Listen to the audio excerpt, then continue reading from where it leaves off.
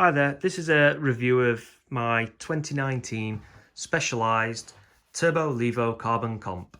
I meant to do this review a long time ago as I've now had the bike for a year, but I've recently just bought another couple of bikes. Actually, I've changed a few bikes around this year and I've done reviews on them, so I thought, well, I'll finally get around to doing this one. Um, to be honest, if you are looking at the 2020 range of Levos, not a lot has changed. So the motor, the frame design, all those kind of things have stayed the same. There's just been a few component changes and colour changes, really. So if you are looking at a 2021, it's still pretty relevant.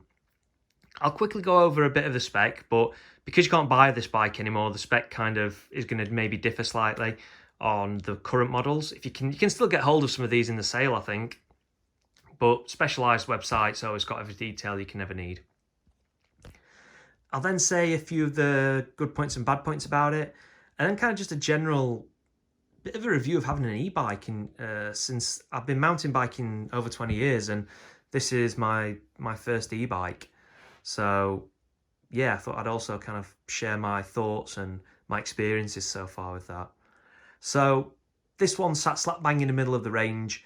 It's got a carbon front triangle, an alloy rear triangle, 29-inch wheels, 150 front travel, 150 rear travel, and it's got the 504 watt-hour battery, I think, and I think it's 504, might be 500. It's got the Bros Mag S motor, which is still the one they're using on the 2020 models. Fox 34 rhythm forks up front and a Fox float rear shock. Guide RE brakes, GX rear derailleur, NX shifter, and a Manic dropper post by X-Fusion. So in terms of the spec, overall it's relatively good. You know, the wheels are okay. I kind of feel like Specialized should have developed some e-bike specific wheels. I feel like these are a bit, they're not potentially as robust as they could be to deal with the extra weight. Even though they deem this as a trail bike, not a downhill bike, to me, it should still have slightly burlier wheels on it. For instance, these wheels are the same as what they fit to a stump jumper, which weighs kind of 6-7 kilos less. The forks, one of the big changes we've done this year is everything now comes with a 36 fork on it rather than a 34.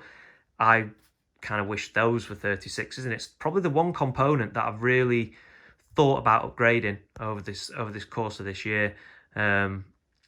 That and the brakes. I mean, the brakes aren't bad. I think sometimes you just personally like a certain feel of brakes, or some people like really powerful brakes, which I do. I'd rather modulate the power myself than have to really anchor on hard to get that power out of them. Apparently they're called Guide RE. The E stands for the electric. And what that is, it's a code caliper, and it's tied up to a lever, which is the the guide, basically. So the guide R is what brake levers get, but it's attached to a code caliper, which has a bit more bite, a bit more power to it. It's got a SRAM GX rear derailleur. It's an 11-speed one, goes up to 42 on the rear. The brake rotors are both 200mm. One of the things about shifter is you can only shift one gear at a time. They did this to stop you kind of, I think, snapping chains. If you're like in the turbo mode and you're pedaling along and you don't ease off the pedal to change gear and you're banging it down 3 or 4 gears, it's just gonna wreck your chain and your cassette pretty quickly. Like I said, the X-Fusion drop post, that's one to me, one of the budget but standout pieces of kit on it. So far I've had no problems with it. It's been absolutely fine, worked every single time, and that's good. I had expensive drop posts in the past by Thomson. I've had 2 of them by Thomson, and I had nothing but issues with them. I had to send them back for warranty at least 3 times each, and I ended up with one that, when it was finally out of warranty, just broke. And they say, no, it's probably the cartridge that needs service. That's 100 quid. So for this seat post, you can buy this for 150. It's worked fine for a year without any hiccups. Or you can go out and spend 350, I think it is, on a Thomson one. And if it fails, you have to spend 100 quid getting it serviced. I mean, they do give you a 2-year warranty on it, but after that 2 years, you know, it's just daft. You can buy 2 of these. If this one lasts a year and a half, you can buy 2 of them for the same price as Thomson. So that's a good component that I won't swap out. The forks are ones that, they've got the good points and bad points. I think the Fox are really, really smooth off the top. So that initial kind of when it breaks free from that tiny bit of stiction you get. So when you're just kind of getting that small movement, really, really smooth. I've got a set of Yaris on my Trek Slash, and they just don't have it. It's almost like you need to just wake them up a bit. So when you first like sit on a bike, just give them a little shove and they ping through, and then they're fine, they're smooth, but just hasn't got that initial butteriness and that smoothness of what the Fox ones do. But then the flip side is, to me, the Fox ones aren't progressive enough, especially on the e-bike. I feel like they blow through the travel a bit much. And I have spent a lot of time trying to fettle the suspension to get it working how I like it, and still not 100% there. So in terms of the motor, you have got the Bros Mag S. It produces 90 Newton meters of torque. You've got your nominal 250 watt hour, which is the continuous number, but I think the peak power is well over 500 watt hour, which, I mean, it can achieve that for brief spells of time, but continuously they're all limited to the 250 watt hours. You've got a 500 watt hour battery, and depending on how you manage the battery and how you manage and how you use your assistance, how much effort you put in, the range of battery can be anywhere from 15 miles to 40 miles. It all depends on how you use the power modes. And because you can tune the power mode yourself in the app, the Mission Control app that you can get for your phone, because you can tune it, you could be tuning it up, tuning it down, using more, using less. It's really entirely up to you and how much you want it to do. So the negative about the bike for me is the cost. Essentially, Specialized are charging you £2,000 for the motor, battery and control unit. And it just seems like a hell of a lot of money. It really does. If you look at the Specialized Stump Jumper Carbon Comp of this year, when they brought this one out, that was £4,000. Identical, almost an identical frame. You know, I admittedly they've had to design the down tube and stuff and blah, blah, blah, but it's still expensive. I think what you are paying for with Specialized is the fact that they've developed their own battery in conjunction with people, and they've developed a motor that nobody else really fits, you know, generally to their bikes. And they've developed their own controller, their own control unit, their own app. They've done a lot to develop stuff for themselves. And they've really, I think, quite heavily pushed themselves into the e-bike market. And that's obvious through the latest iteration of Levos, Vados and Creos, which all now have the SL motor in them. And that's made by Specialized, and I think it's Marl or Marley, which is a German electrics manufacturer, do a lot of work for the automotive industry making motors. And they've developed that themselves. I think, again, they've put a lot of money into that. And the app and the integration really shines through, but the price is still a negative. And if you come in, if it's like, for me, this was my first e-bike, so the weight was a negative as well. If you were somebody who potentially is on an older e-bike and you're dropping from maybe something that weighs 25, 26 kilos to this, which I think is about 20, 21 kilos, this would feel light. But when you're going from a Ibis Ripley LS, which weighed about 12 and a half, 13 kilos, how I had it built up, and you're adding 9 kilos on, 8, 9 kilos, it's a big jump, and you feel it when you're riding on the trails. So that was a bit of an adjustment, but at the end of the day, I knew what I was getting in for, so I can't really say it's a negative, although it does impact slightly when you're riding.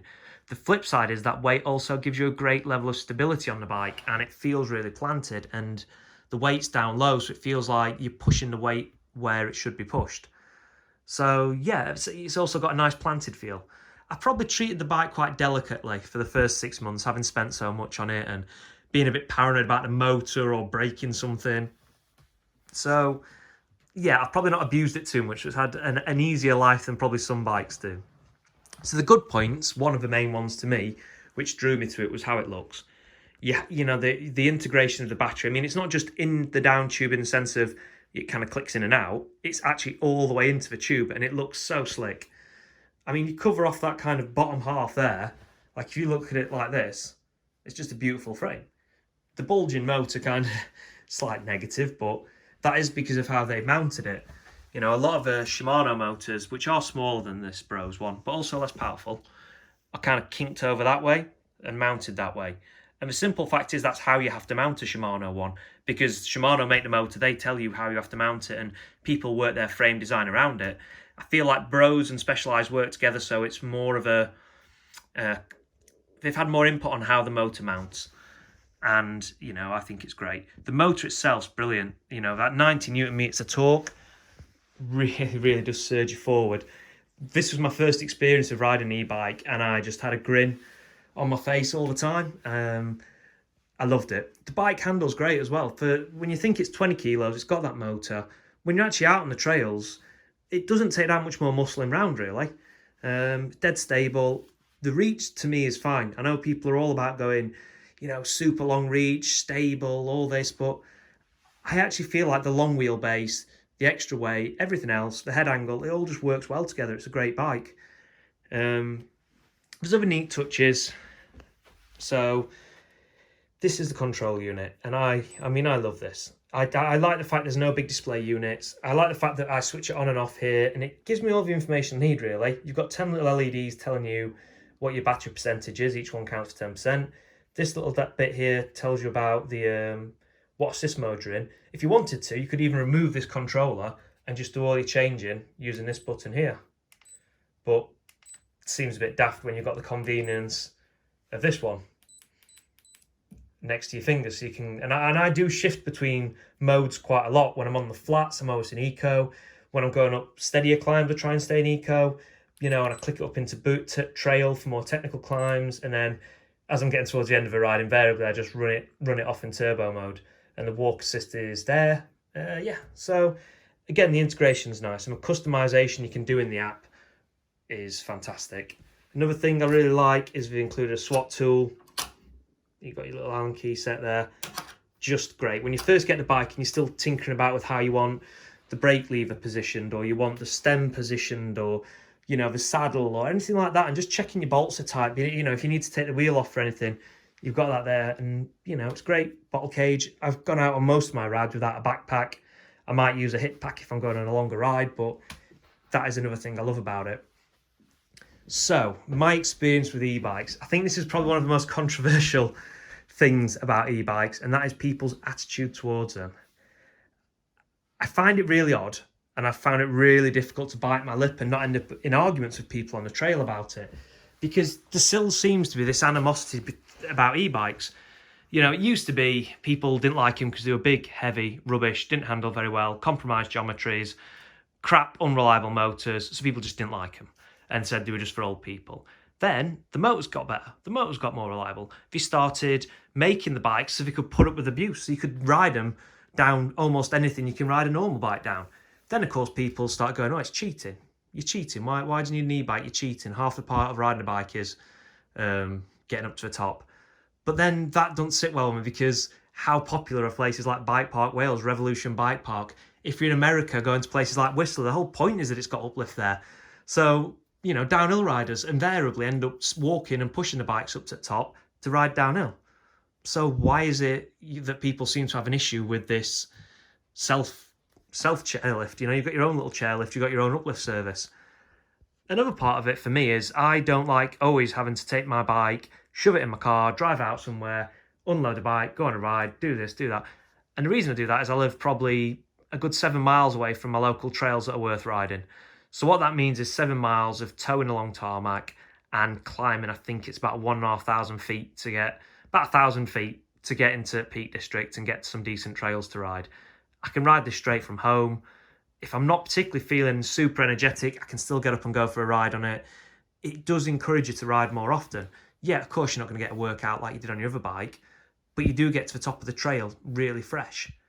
Now, having said all that, I still have a normal bike because I still love my normal bike. I know I'll always have a normal bike of some description. I just don't get people who go, then, I've had somebody say to me, oh, it wrecks for trails because of the extra weight. I found that probably the most hilarious, because with my kit on, the bike, some water, and probably a combined weight of 100 kilos. Now you get somebody who's, 6'2", 6'3", bigger built than me, on their enduro bike, they're going to weigh the same. The combined weight will be the same.